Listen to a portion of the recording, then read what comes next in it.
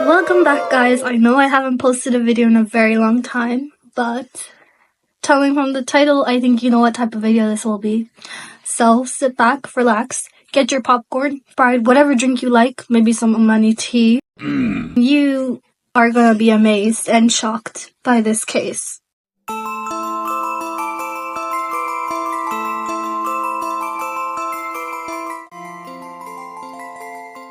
Early warning, there's a lot of sexual assault in this case, so if you're sensitive to that, catch me on my next video, and you don't need to watch this video if you are sensitive to that. There is essay rape in this video, so if you want to catch me on the next video, you could do that. This is a very interesting case. In terms of this case, it lasts about 9 months, so it's a very long case. Now, all the information that I have gathered from this case, it took me quite a long time.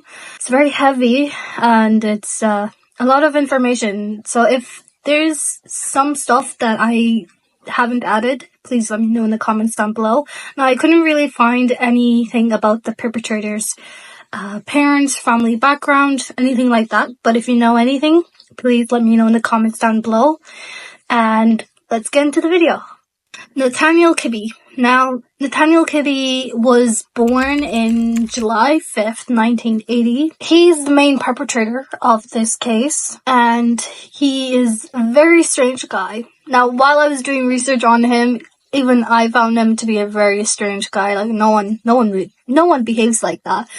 And especially in school. Nathaniel was known to be very unstable and very, his behavior and attitude wasn't very pleasing to other students. He was very, let's call him special. He was one of those special kids.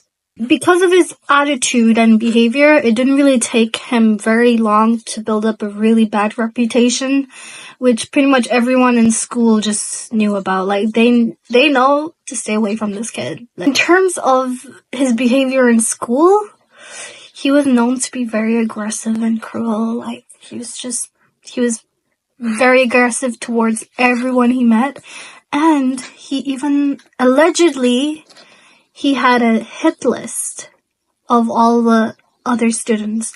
So, like, this hit list would be, like, for example, students that he didn't get along with. Or students that, like, probably talked behind his back. I mean, who wouldn't? Because this guy is creepy and weird, and I mean, who wouldn't talk behind your back if you're acting like that in school?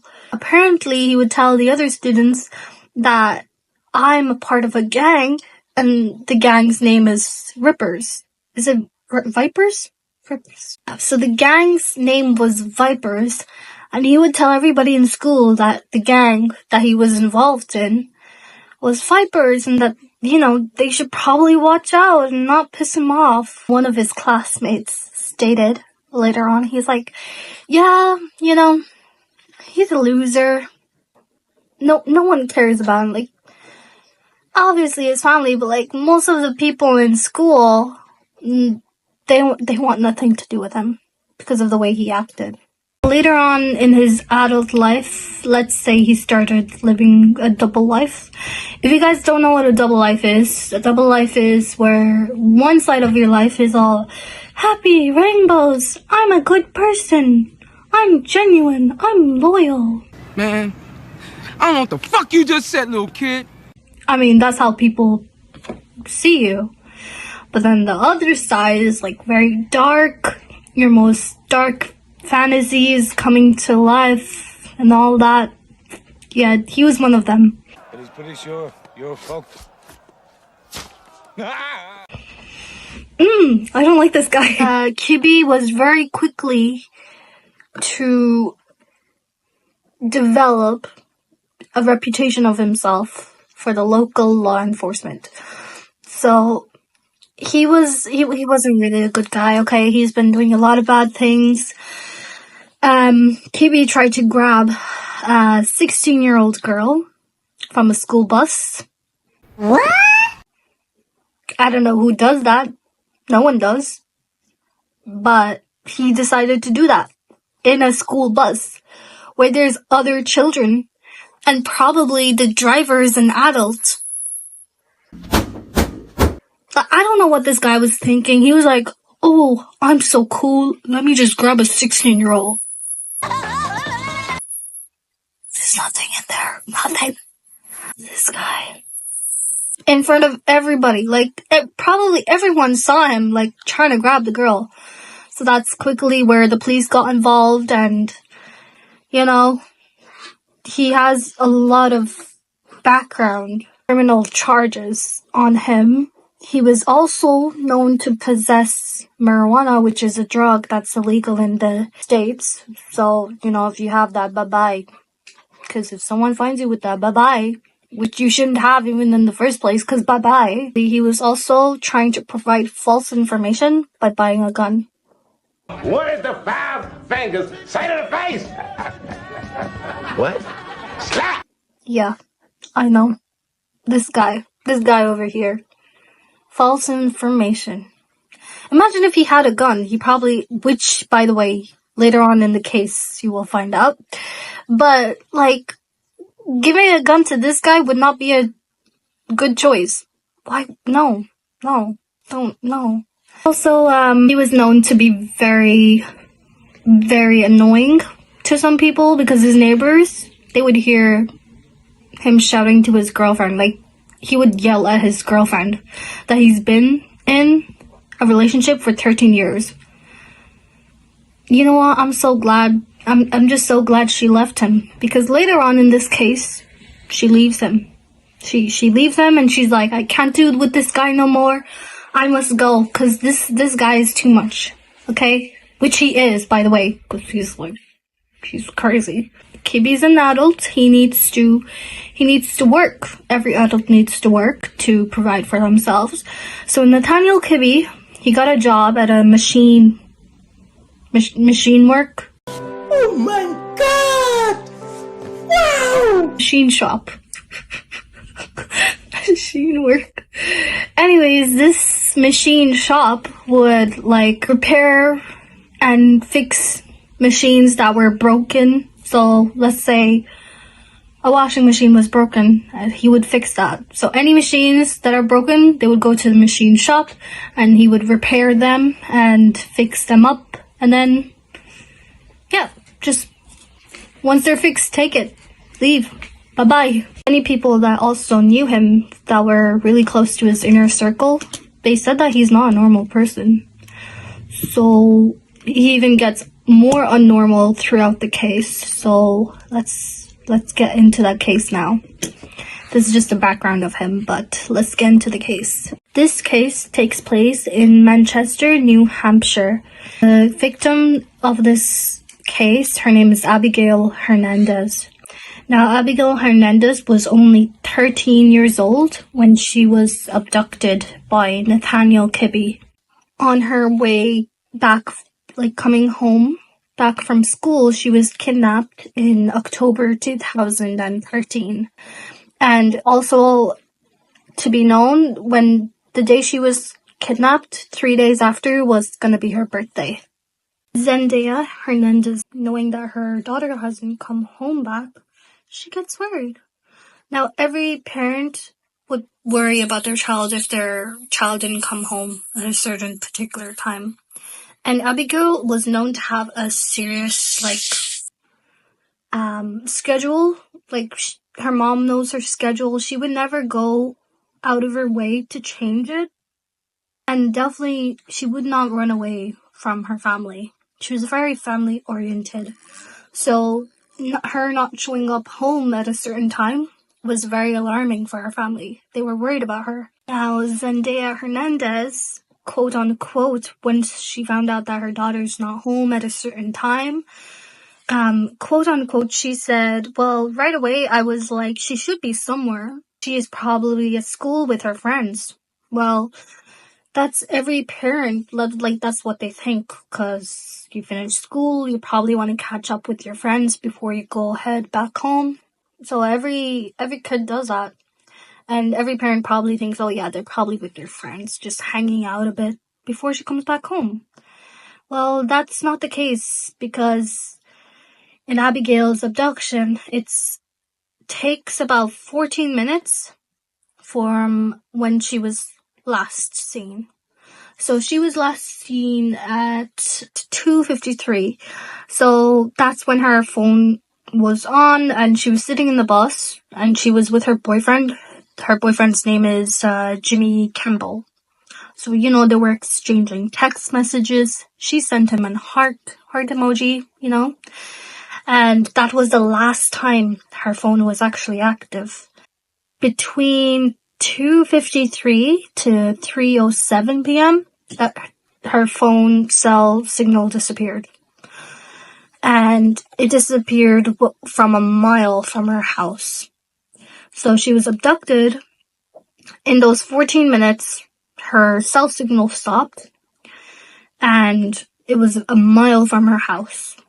So what we know is that she last texted her boyfriend, and then boom, her cell signal goes off. Automatically, the investigators that are in this case, they want to do research. They want to research the whole case. They want to research everyone that's close to her. Maybe someone that's close to her might be the perpetrator. Like, hopefully not, but if there is a possible chance or possibility, they want to know and do everything they can to find the perpetrator. The main investigator that was in charge of this case, his name was Captain Joseph Ebert, and he was the main lead investigator of this case. So he would be the one to do all the interrogations, ask anyone close to her, her friends, family, boyfriend, anyone that's close to her. They want to get as much information as possible so they know who to rule out first. But during this whole case, the lead investigator spent months looking at all the people that were close to Abigail. They spent months looking at their bank accounts, also their alibis, and basically the inner circle of Abigail Hernandez. They wanted to know everything so they could narrow down to who's the perpetrator, who's not the perpetrator. And Abby was I'm gonna call her Abby because, her family calls her Abby. Now, Abby was very family-oriented, and she was extremely close to her mother, so they immediately ruled out her mother because she was extremely close. We're going to talk about how in those 14 minutes Abigail Hernandez got abducted. Now, Kibby, he was driving and he pulled on the side of the road to give her a ride home. And she was persistent at first, who wouldn't? She doesn't know him, and he's just ride with me. He's all friendly and has a friendly demeanor. But once she gets in the car, his whole attitude, I don't know why I did that. His whole attitude, his behavior, and his demeanor just changes. It's like someone basically switched a switch on him, flipped a switch on this guy, and he's like, ooh, ah. You're weird. Nah, no. I'm happy. And now he's like, I hate you. Just, please stop talking. He's not okay. He needs some help. No one does that. You do that, honey. And once his attitude, behavior changes, he pulls out a gun and he tells her, he threatens her and says, I'll slit your throat if you try to escape. So, she obviously can't escape because he threatened to kill her. This whole car ride, Kibby handcuffed her because, she can't, open the door if she wanted to escape and just jump out of the car. He also wrapped Abigail's head with a jacket, and then he broke her phone. So, the cell signal just stopped at that moment. Abigail's head was wrapped in the jacket. She just wanted to, she probably wants to see where she is. She tried to see outside of the jacket, and he shocked her with a stunt gun. Is it called stunt gun? Stunt gun, yeah. He shocked her because she tried to look out of the jacket. How psycho is this guy? Dude, she's a child. And this guy is a grown-ass man shocking a 14-year-old girl. And then he says to her, Does that tasing hurt? Quote unquote, does that tasing hurt?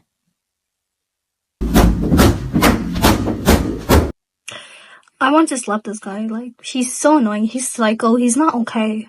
And she replies back, yeah, that did. And then he says back to her, well, now you know how it feels like. Now I'm enraged. After that, he took her to his house and he tied her with zip ties. If you guys don't know what zip ties are, these are zip ties right here. They're usually used for like cardboard boxes or something like that. But he used those on her wrist and he tightened them so hard that basically scars were left on her wrist. So they must have been really uncomfortable. Like, just think about it. She's 14 years old. She finishes school. She wants to head home. And instead she's stuck in this situation and like everything hurts. What he did to her next is probably the most cruel, insane, psycho, disgusting thing you could ever do to a person. He put tape over her eyes so she can't see anything. On top of that, he wraps her head with the jacket and then he forces her to wear a motorbike like helmet. You know those motorbike helmets with the visors? He forces her to wear that and then he proceeds to rape her. And this has been happening for a very long time. She's been kidnapped by this guy for like 9 months. Since October. Since, like, this guy's not okay. This is really unhinged. Why would anyone do this to a person? He's not even a person. He's not human at all. Like, he's just crazy. Get this, what he did to her. He also put a shock collar on her so that she wouldn't escape. And even if she would try, he would threaten her to kill her. Like, threaten to kill her if she ever tried to escape. So she was bound by zip ties, a shock collar that would shock her. Not only that, but while she was staying with him, he decided to show her gun collection. Because he was like, I'm so cool. Look at all the guns I own. You're not cool. You're a loser. Le who? The her. So he was like, look at my gun collection. Look. And he was like, you know, with these guns, he threatened to kill her family and friends with those guns. So she's even more scared. Like, what if she does try to escape? Not only that, but he's gonna also harm her family and friends. She doesn't want that. He's installing more fear in her each time. Shock collar, the zip ties, telling her, like, you know, I'll kill you, I'll slit your throat and all that. But not only that, but now he's starting to threaten her family and her friends. Made her wear diapers. Like, that is just so degrading. Humans are very vulnerable when they're pretty much naked. Like, they have nothing to wear and then they get treated like shit and like crap.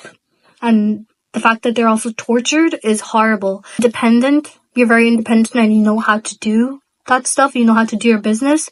The fact that she went from that to wearing diapers must have been very, very personally, emotionally unstable for her. Like, she must have felt so horrible at that time.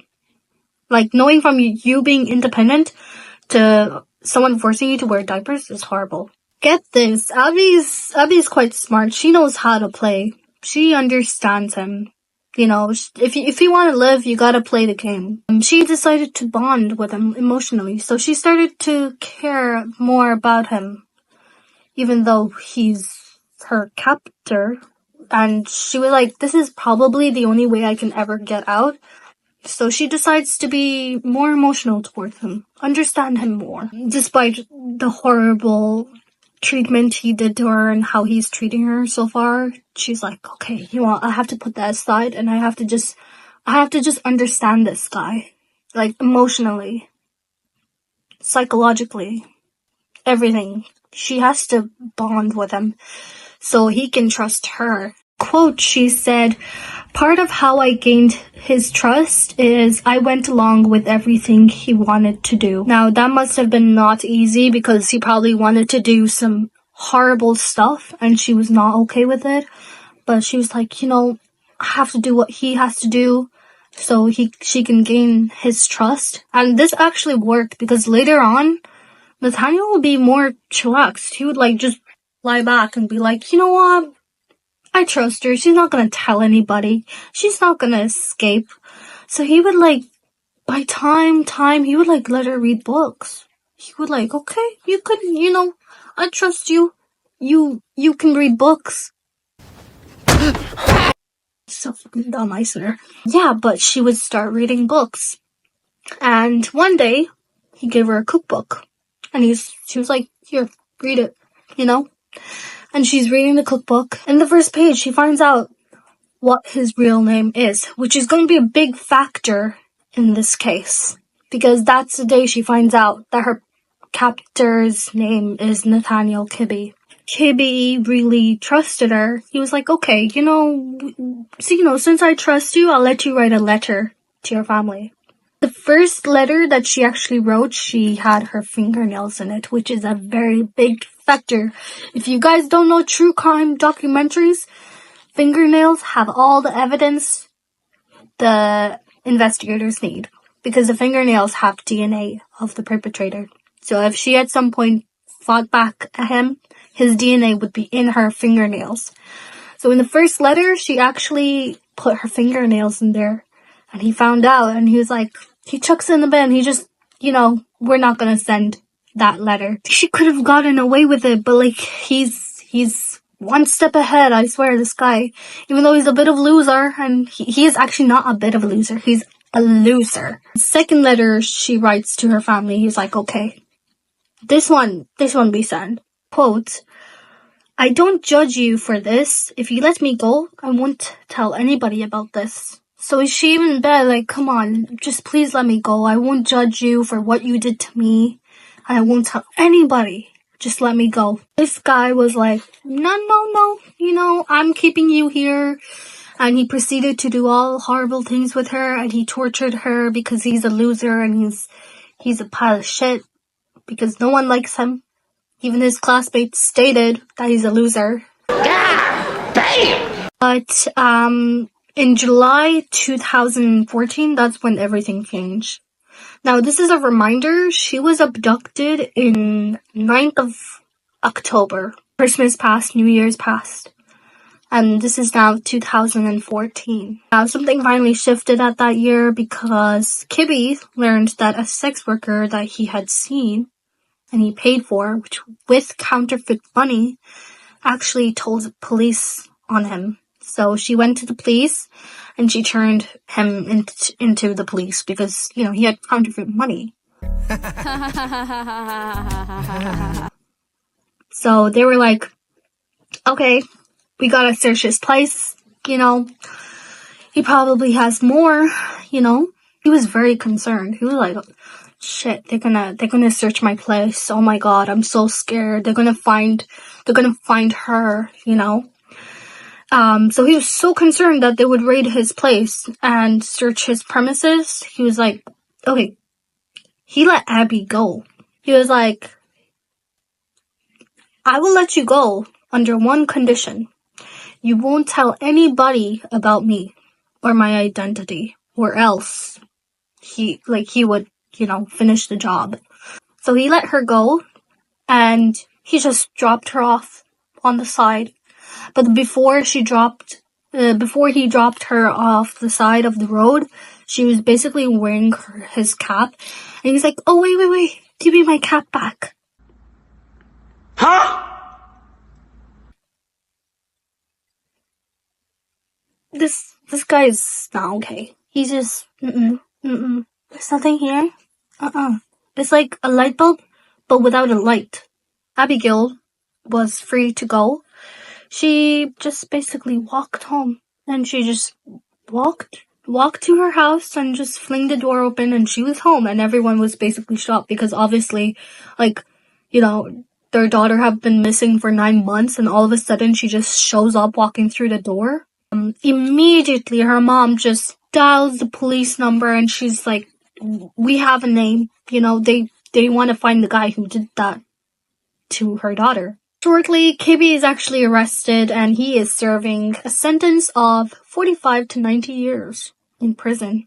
Not only that, but like, you know, he has other crimes he have committed, like not to mention the providing false information for a gun. Yeah, not to mention he tried to also kidnap a 13-year-old girl from school. Probably gonna be in prison for a very long time. It's probably gonna be definitely life sentence. So he's gonna die in prison. Yeah. Not to be like mean or anything, but like this guy literally raped a minor. So he deserves it. And that, ladies and gentlemen, is the case of Abigail Hernandez and her 9 months of torture and captivity. If you guys like more videos like this, please let me know in the comments down below. And just let me know how you think about this case. Do you think it was interesting? Also, if I left any information out, please let me know in the comments down below too. Have a nice day, guys. Bye-bye.